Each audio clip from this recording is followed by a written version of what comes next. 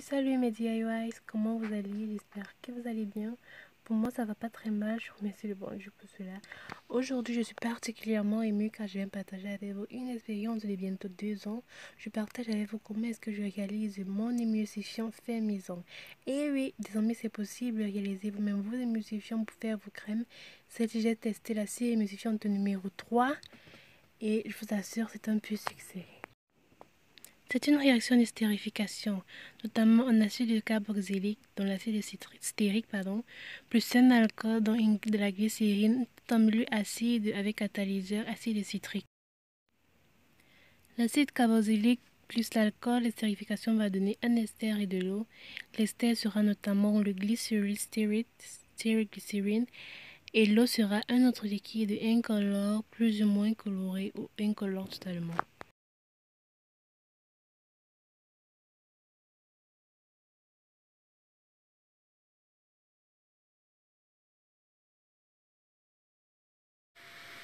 Alors on va mettre tous nos différents composés dans ce petit bocal là. En inox, le mettre à bain-marie. On va tout laisser fondre. Et on va laisser poser la bain-marie environ une trentaine à quarantaine de minutes. Voilà, après avoir retiré du bain-marie, tout a fondu.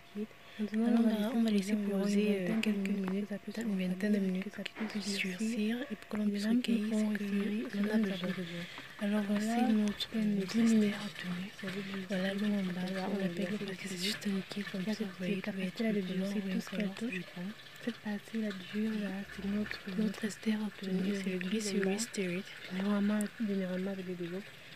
C'est l'un des composés de la série émulsifiante numéro 3. Alors le deuxième composé, c'est le stérate de sodium ou le sodium stearate que l'on peut remplacer par le potassium stearate. C'est-à-dire on va soit saponifier l'acide stérique, soit avec de la potasse, soit avec de la soude.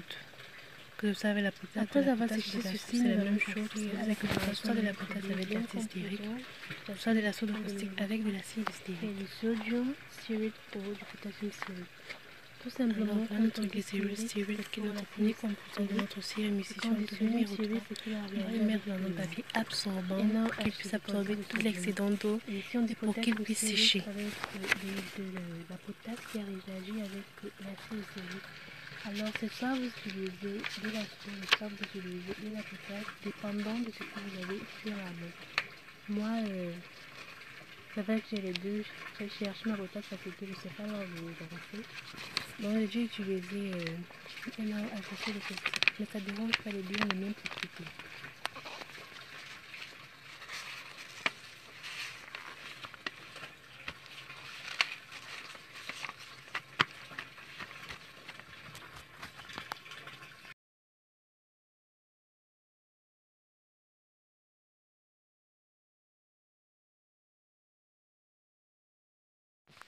Alors pour la deuxième partie, pour réaliser notre sodium au potassium stearate, on aura besoin de 15 ml de glycérine, environ 50 ml d'acide stérique, 11,8 g soit de soude caustique soit de potasse, et 30 ml d'eau, donc 15 ml vont aller avec la glycérine et l'acide stérique comme phase huileuse, et les 15 jours vont être utilisés avec la soude caustique. Donc ici j'ai mélangé ma soude caustique, je l'ai renversée dans de l'eau et jamais l'inverse s'il vous plaît. Donc là vous allez mélanger et le temps qu'il va fondre, on va mettre notre phase huileuse dans l'acide stérique, les 15 ml d'eau du jour et la glycérine dans un autre bol en alu ou en métal à bain-marie auquel on va laisser fondre.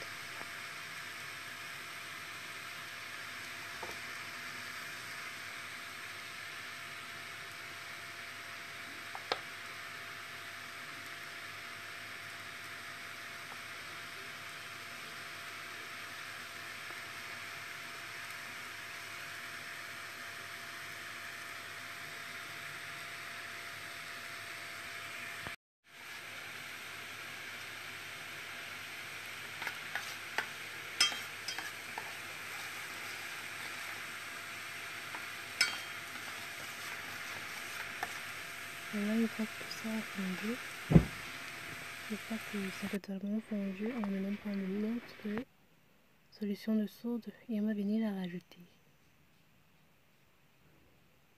Vous voyez là, il y aura formation d'une sorte de savon et c'est ce que l'on va appeler le sodium stearate. On l'appelle aussi le savon, c'est un teinture active anionique en fait. Alors là, vous allez bien mélanger, remuer pour que la réaction puisse aller jusqu'à sa fin. Donc notre série de sodium puisse vraiment se former. Et là, il y aura un léger excédent d'eau. Donc après avoir retiré notre mélange du bain-marie, on va essayer de retirer l'excédent d'eau pour juste récupérer notre styrène de sodium.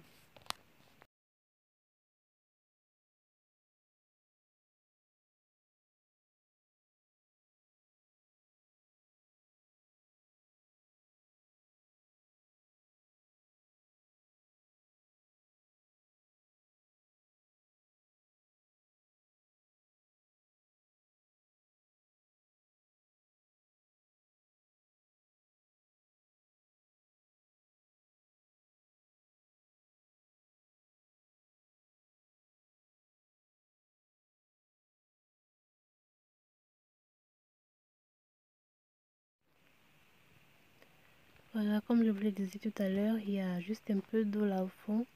Ce que l'on va faire, c'est que l'on va essayer de retirer cet excédent d'eau là. Vous voyez, il est dur et il s'émiette au toucher. Donc quand vous le touchez là, vous l'imitez facilement avec les mains. Voilà notre glycerin stearate qui est notre première partie.